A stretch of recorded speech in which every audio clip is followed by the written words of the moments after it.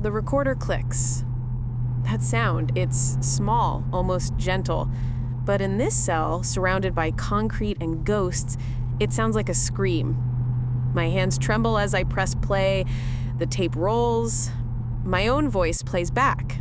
Soft, tired, but deliberate.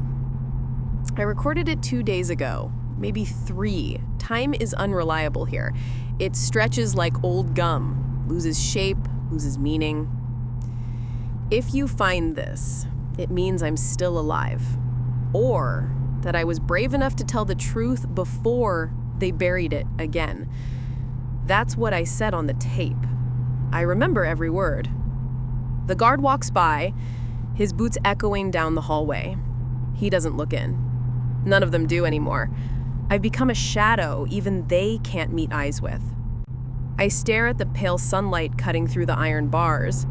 It paints lines across my skin like the system itself marking me, divided, broken, labeled. I never killed anyone. I never even lied, at least until I had to. But I did something worse. I trusted someone who said they loved me. And now I'm here. People think prisons are built of walls and locks. They're wrong. Prisons are built of silence, especially when that silence protects someone powerful. The recorder clicks again, and I begin to tell the story of how the truth died. It started with a phone call. Late, too late for anything good.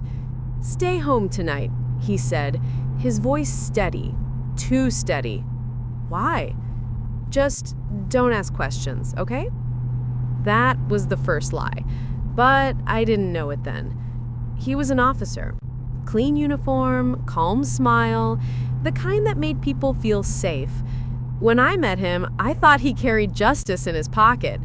Turns out, it was only control. The next morning, there was a raid, a scandal, drugs found in an evidence locker, my name on a transfer form I never signed. They said I moved it. They said I was part of it. I laughed in court. That's how stupid I was, laughing, thinking truth had any power here.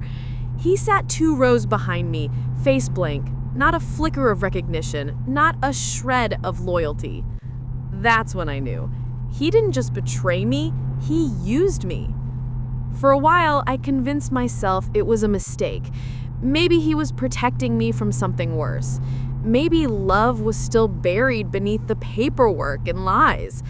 But then came the photos, the messages, the signatures in my name, all planted. He didn't just throw me under the bus, he built the road.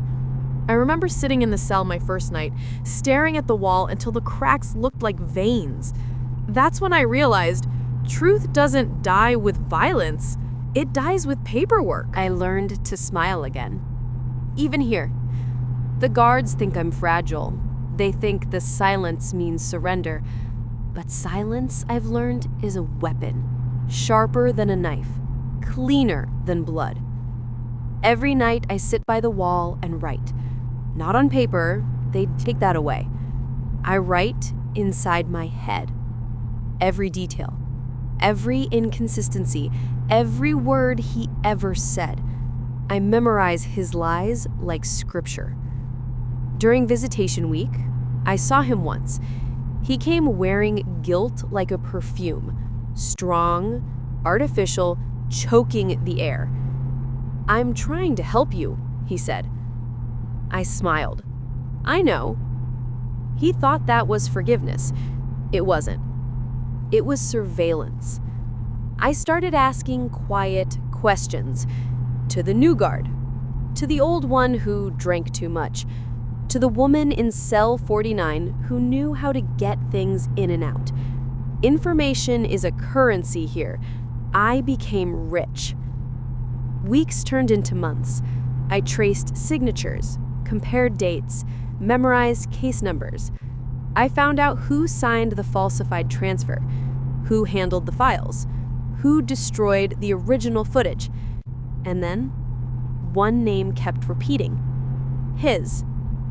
Every lie led back to him. Every forged record. every missing tape. He wasn't covering for someone else.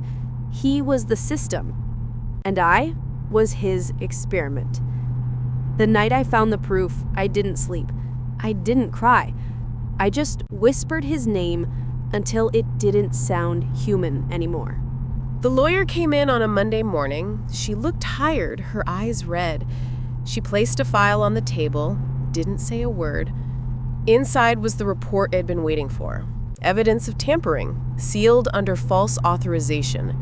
His signature glared up at me like a scar I couldn't heal. I felt nothing. It was strange. You expect rage, right? You expect to break, scream, throw something. But all I felt was cold. He came again 2 days later, pretending it was another welfare visit. I waited until the guard walked away, then slid the folder across the table. He froze. "You forged the records," I said. My voice didn't shake. "You used me to clean your mess." His eyes darted left, habit of a liar searching for exits. "I did what I had to," he whispered. "For who? For justice or for yourself?" Silence. That's how I knew I'd won. He tried to reach for the file, but I pulled it back, slowly, deliberately. "I made copies," I said. Lie, but a believable one. He swallowed hard. For the first time, I saw fear. Not the kind that screams, the kind that festers. The kind that knows the cage it built is finally closing in. They transferred me a week later. Minimum security. Good behavior. He arranged it. A final act of control, or maybe guilt. Doesn't matter. Because by then, the story was already moving. I'd sent the tape to a journalist, an old friend who owed me nothing but remembered everything. The tape wasn't a confession. It was an obituary for truth. Every word I spoke was designed to cut. Every pause, a calculated silence. When the story broke, he resigned. Health reasons, they said.